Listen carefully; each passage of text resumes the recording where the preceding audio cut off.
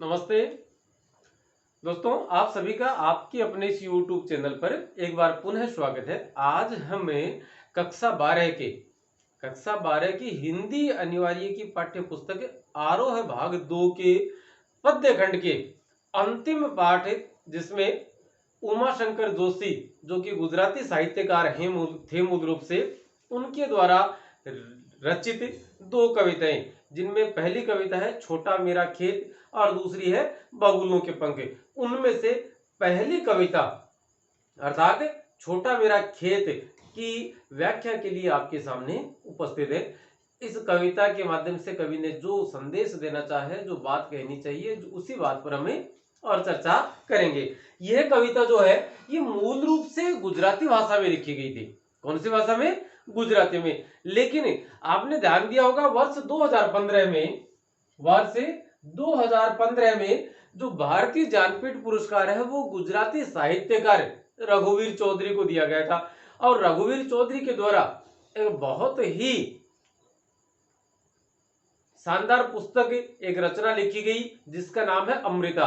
कहा जाता है कि हिंदी साहित्य जगत में जो स्थान गीता, भगवत गीता को प्राप्त है, वही स्थान गुजराती साहित्य में अमृता को प्राप्त है, अमृता को दिया जाता है।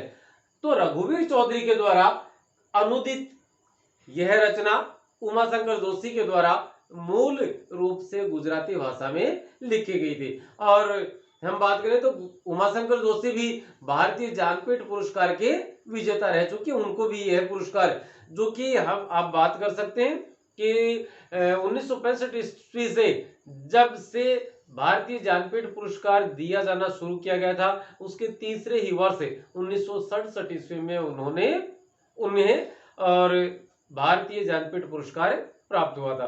तो वो भी अव्वल दर्जे के साहित्यकार थे और उन्हीं साहित्यकार के द्वारा रचित यह कविता आपके समक्ष यहाँ है। हम प्रयास करेंगे कि कवि के जो संदेश है उन संदेशों तक हमें पहुंच सके।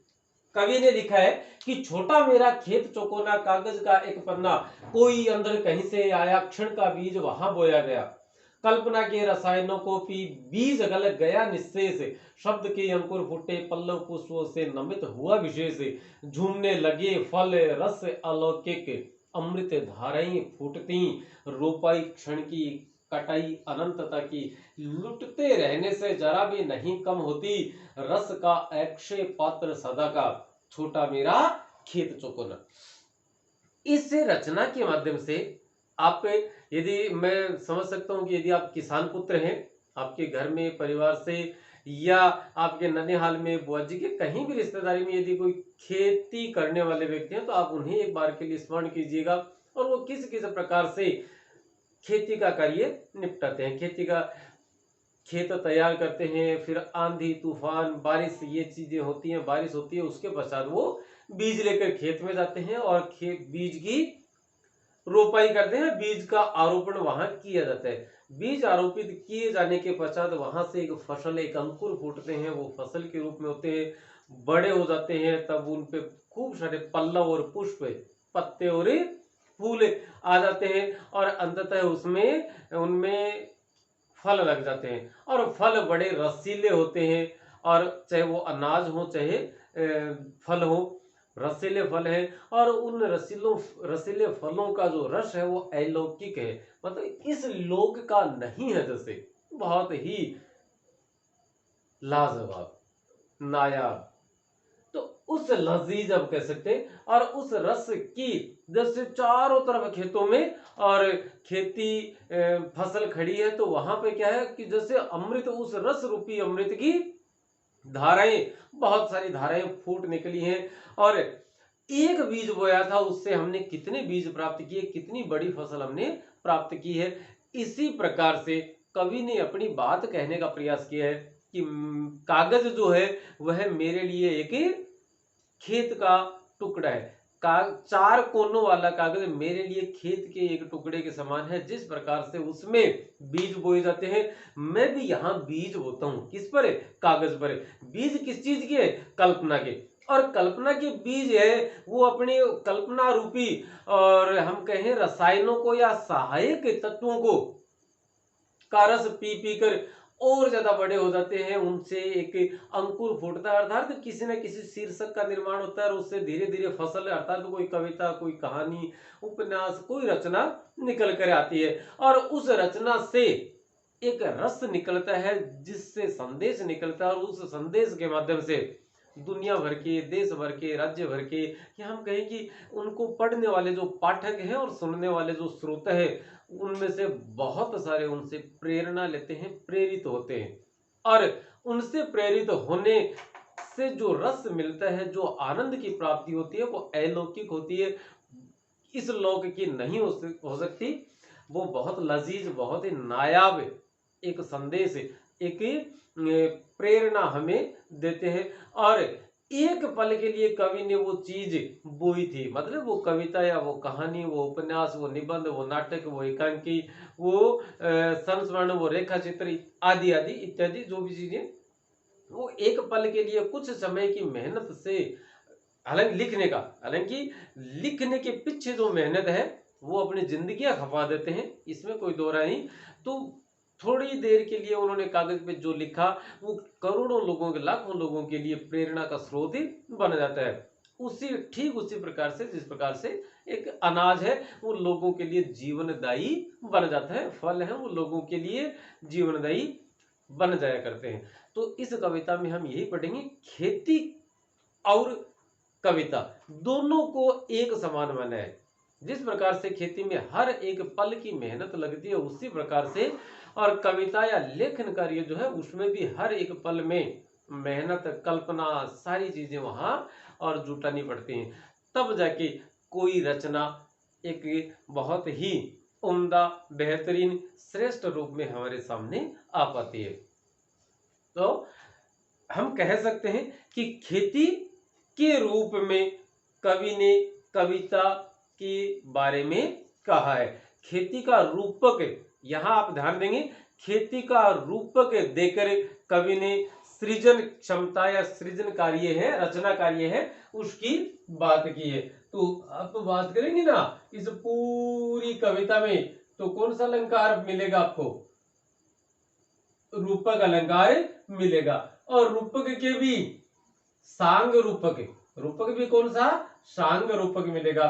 सांग रूपक क्यों? ये रूपक का ही एक भेद है। और सांग रूपक जो है इसके यदि हम इसका विग्रह करते हैं तो इस प्रकार का मामला हमें प्राप्त होता है। स का अर्थ होता है सहित और अंग का अर्थ है उसके अवयव, भाग, पार्ट्स। तो रूपक के सभी अंगों के साथ, कि रूपक के सभी अंगों के साथ है, इसलिए कौन सा अलंकार है? रूपक अलंकार तो है ही है, उसमें से सांग रूपक अलंकार हमें प्राप्त होता है। अब आते हैं दोस्तों कविता पर। कविता में कवि कह रहे हैं कि छोटा मेरा खेत चौकोना कागज का एक पन्ना, कि कागज का एक पन्ना है वो मेरे लिए एक खेत का एक छोटा सा मेरा खेत है, जो कि किस प्रकार का है? चार कोनों वाला, चौकोना। कोई अंदर कहीं से आया, क्षण का बीज वहां बोया गया, कि मन में एक कल्पना, एक विचार रूपी अंधड़ आता है। जैसे कई बार हमारे यहाँ आंधी के साथ बरसात होती है ना, उसी प्रकार से तो मन में विचार, ये जो है यह अंधड़ है। ये कैसा विचार है? यह कैसा अंधड़ है? ये विचार रूपी अंधड़ है। और क्षण का बीज वहां बोया गया, और उस क्षण कल्पना रूपी जो बीज है वह वहां बोया गया। कल्पना के रसायनों को पी बीज गल गया निश्चय से। और कल्पना, जैसे खेत के जो उर्वर है उनसे, उन उर्वरकों से पोषित होकर बीज अंकुरित होता, उसी प्रकार से उस पल भर के एक विचार के आने से और कवि अपनी कल्पनाओं से अपने विचार को पुष्ट करता है। और तब क्या होता है कि कल्पना के रसायनों को पी, रसायन का मतलब यहां पर है सहायक तत्व है। रसायन का अर्थ क्या है? वैसे रसायन विज्ञान की भाषा में अम्ल, या जिनको केमिस्ट्री में पढ़ते हैं तो वहां अम्ल के रूप में मान सकते हैं, लेकिन यहाँ रसायन, कविता के लिए बात करें तो कविता के विचार को और ज्यादा कल्पनाशील, कल्पना देने वाले सहायक तत्व है। उनको पीकर बीज गल गया निःशेष। निःशेष का अर्थ होता है पूर्ण रूप से। तो वो जो विचार रूपी जो बीज था वो पूर्ण रूप से गल गया, अर्थात वो है तैयार हो गया। शब्द के अंकुर फूटे। और अब जैसे बीज हम जमीन में बोते हैं, वहां से फसल के अंकुर निकलते हैं जमीन से बाहर, उसी प्रकार से कल्पना के रसायनों को पीने से और जो विचार थे उस विचारों को और ज्यादा शब्दों रूपी अंकुर प्राप्त हुए। पल्लव पुष्पों से नमित हुआ विशेष। और पल्लव, पल्लव का अर्थ होता है पत्ते, और पुष्प का अर्थ है फूल।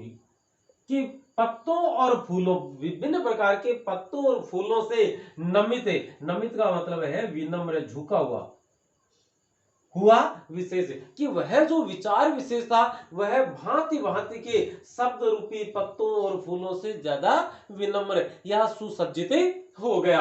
झूमने लगे फल। और जब खूब सारे पत्ते फूल आ गए, फूल खिले, तो आप समझ सकते हैं कि फूल खिलने के पश्चात की जो क्रिया है वह क्या कहलाती है। उससे, उस क्रिया से क्या होता है, फल लगते हैं। तो यहां भी फल लग गए।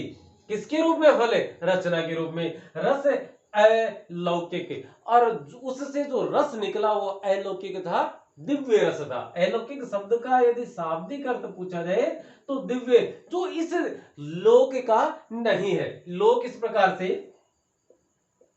लोक में इक धन, लोक धन इक से क्या होगा, लौकिक। लौकिक का अर्थ होता है इसी यहां से या इसी लोक से, और एक अर्थ होता है नहीं, तो इसी, जो इस लोक का नहीं है। अमृत धाराएं फूटती रोपाई क्षण की। कि क्षण भर की थोड़ी सी मेहनत, क्षण भर की रोपाई के बाद अमृत रूपी धाराएं वहां से फूट निकलती हैं। अर्थात वो जो विचार था उस विचार के बीजों से, शब्दों से, पल्लवों से, पुष्पों से, फलों से एक बहुत बड़ी रचना हमारे सामने, हमारे समक्ष आ जाती है।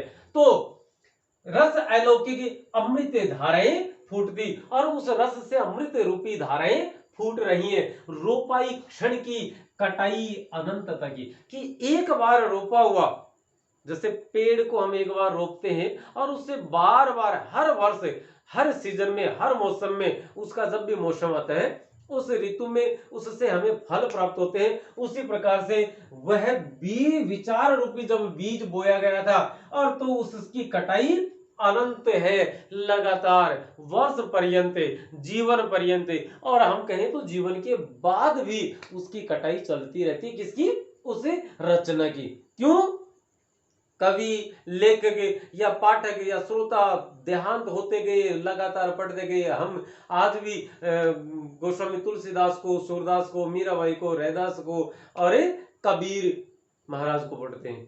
कबीर जिनका देहांत 1518 ईस्वी में हो गया। आज हम हर पाठ्य पुस्तक में 5वीं क्लास से लेकर, और हम आप कहीं तक भी जाएं, आपको हिंदी साहित्य में उनकी रचनाएं प्राप्त होंगी। क्यों, क्योंकि उन्होंने अपने उन विचारों को पोषित किया था अपनी कल्पना से, कल्पना के रसायनों से, और इतना जबरदस्त उन्होंने अपने मन की उर्वरकता उन्हें दी थी कि वो आज तक पुष्पित है, पल्लवित है, वो फलित है, वहां से अमृत रूपी धाराएं फूटती हैं। तो हम कह सकते हैं कि रोपाई भले वो क्षण की थी, लेकिन कटाई अनंतता की। लुटते रहने से जरा भी नहीं कम होती। पेड़ से हम लगातार फल तोड़ते रहते हैं और अगले वर्ष उतने ही फल, उससे ज्यादा कहीं उस पर और आ जाते हैं। ज्यादा इसलिए दोस्तों, कोई पेड़ एक इस वर्ष जितना बड़ा है, अगले साल इन्हीं दिनों तक आते आते जब उस पर फल लदेंगे, फल आएंगे, तब तक वो पेड़ और ज्यादा विशाल रूप ले लेगा, उसकी शाखाएं और ज्यादा फैल जाएंगी। तो इसलिए हम कह सकते हैं कि कहीं ना कहीं ज्यादा लुटते रहने से जरा भी नहीं कम होती। कि भले उनसे हम कितने ही फल तोड़ें, या उस रचना को आप कितनी ही बार क्यों ना पढ़ो, ना उसका संदेश कम होगा, ना उसकी प्रेरणा कम होगी, और ना उस रचना पर कोई नकारात्मक प्रभाव पड़ेगा। रस का अक्षय पात्र सदा का। छोटा मेरा खेत चौकोना, कि यह जो मेरा छोटा सा 4 कोनों वाला छोटा सा कागज का टुकड़े वाला जो खेत है, यह रस आनंद, रस का शाब्दिक अर्थ होता है आनंद, आनंद का अक्षय, अक्षय का अर्थ होता है कभी खत्म न होने वाला, कभी खत्म न होने वाले रस का क्या है, यह एक बर्तन है, कि यह एक ऐसा पात्र हो गया, क्या वह कागज का टुकड़ा जो जिससे रस कभी समाप्त नहीं होता। आप उस कागज पे एक कहानी, एक कविता को जितनी मर्जी उतनी बार पढ़ें, उस कविता का जो आनंद है, उसका जो रस है, वो कभी खत्म नहीं हो सकता। तो इस प्रकार से कवि ने कहा है कि यह जो कागज का टुकड़ा है, यह जो कागज है छोटा सा, यह मेरे लिए 4 कोनों वाले उस खेत के समान है, जिसमें किसान अपना किसान कर्म करता है, उसी प्रकार से मैं अपना कवि कर्म करता हूं। किसान क्या करता है, कवि किसान कर्म बराबर इक्वल टू क्या रखा है, कवि ने क्या रखा है, कवि कर्म, कि कवि कर्म और किसान कर्म दोनों क्या है, समान है, दोनों समानांतर चलते हैं, समान है दोनों में बराबर की मेहनत लगती है, बराबर की उनमें उर्वरक होते हैं, बराबर की उनमें से पुष्प पल्लव और उनमें फल निकलते हैं, रस मिलता है, और एक बार बोल देने से आप लगातार उनसे आनंद की प्राप्ति करते जाइए, और वो जो खेत होते हैं वो रस के कभी खत्म न होने वाले रस के पात्र बर्तन के रूप में रहते हैं। अब देखिएगा यहाँ इसकी विशेषताओं की यदि हम बात करेंगे, इस कविता जो रूपांतरित है गुजराती से हिंदी में, इसकी व्याख्या की विशेषताओं की यदि आप बात करेंगे, तो विशेष में हम पहले तो क्या लिखेंगे, मूल रूप से गुजराती और वर्तमान स्वरूप इसका क्या है, तो खड़ी बोली हिंदी। हमारे सामने जो रूप लिखा हुआ है वह खड़ी बोली हिंदी का है, नंबर 1 बात। नंबर 2 बात आप ध्यान देंगे, क्षण, उसके बाद में निशेष, उसके बाद में अंकुर, उसके बाद में पल्लव, पुष्प, नमित, उसके बाद अलौकिक, उसके बाद है क्षण और अक्षय, पात्र। तो ये जो शब्द है ये सारे के सारे संस्कृत शब्द हैं, इसलिए हम लिखेंगे तत्सम शब्द प्रधान, तत्सम प्रधान शब्दावली, तत्सम प्रधान शब्दावली यहां प्रयुक्त हुई है। और सबसे खास बात क्या है, कवि ने किसान कर्म के समान कवि कर्म को बताया है। और अंतिम लिखेंगे, प्रस्तुत कविता में रूपक अलंकार या सांग रूपक अलंकार की प्राप्ति होती है। यह रचना प्रसंग में लिखेंगे, यह रचना, प्रस्तुत रचना, आलोच्य रचना, विवेच्य रचना, है ना, ये विवेच्य रचना उमा शंकर जोशी के द्वारा रचित छोटा मेरा खेत नामक कविता से लिया गया है, क्योंकि व्याख्या के रूप में इतनी बड़ी कविता, पूरी कविता आपके कभी नहीं आने वाली है। आधा भाग है छोटा मेरा खेत से ली गई है, मूल रूप से यह गुजराती भाषा में लिखी गई थी, और हिंदी में इसे, हिंदी अनुवाद इसका किसने किया है, रघुवीर चौधरी ने। आप समझ सकते हैं, एक ज्ञानपीठ पुरस्कार से सम्मानित व्यक्ति के द्वारा रचित कविता, जिसका रूपांतरण, जिसे हिंदी रूप दिया है दूसरे ज्ञानपीठ पुरस्कार विजेता ने या ज्ञानपीठ पुरस्कार प्राप्त लेखक कवि ने, तो आप समझ सकते हैं कि कविता का दर्जा कितना महत्वपूर्ण होगा। ये कविता बेशक शब्दों में, पंक्तियों में छोटी होगी, लेकिन इसका अर्थ, इसका जो महत्व है वो हमारे जीवन में कितना बड़ा है। किसान आज के दिन वर्तमान समय में, आज हम 11 अगस्त 2021 को बात कर रहे हैं, आज जब हमारे साल भर से हमारे किसान वहां सरकार से कुछ मांगे मनवाने के लिए और बैठे हैं, उन किसानों को कवि ने अपने समक्ष, अपने समान, अपने समान का सम्मान, अपने सम्मान के सम्मान और किसानों को माना है। तो आप मान सकते हैं कि किसान का महत्व कितना हमारे जीवन में, उनकी कितनी अहमियत है। तो अब इस पार्ट का वीडियो, इस पार्ट को हम यहीं खत्म करते हैं। और यदि आपने चैनल को सब्सक्राइब नहीं किया है तो प्लीज़ कर लें। आगे बहुत सारी अमूल्य बहुमूल्य, अमूल्य तो नहीं कहेंगे, बहुमूल्य जानकारियाँ आपके लिए हमें उपलब्ध करवाते रहेंगे। अगला वीडियो बगुले के पंख लेकर हम आने वाले हैं। तब तक के लिए नमस्ते, शुक्रिया, धन्यवाद।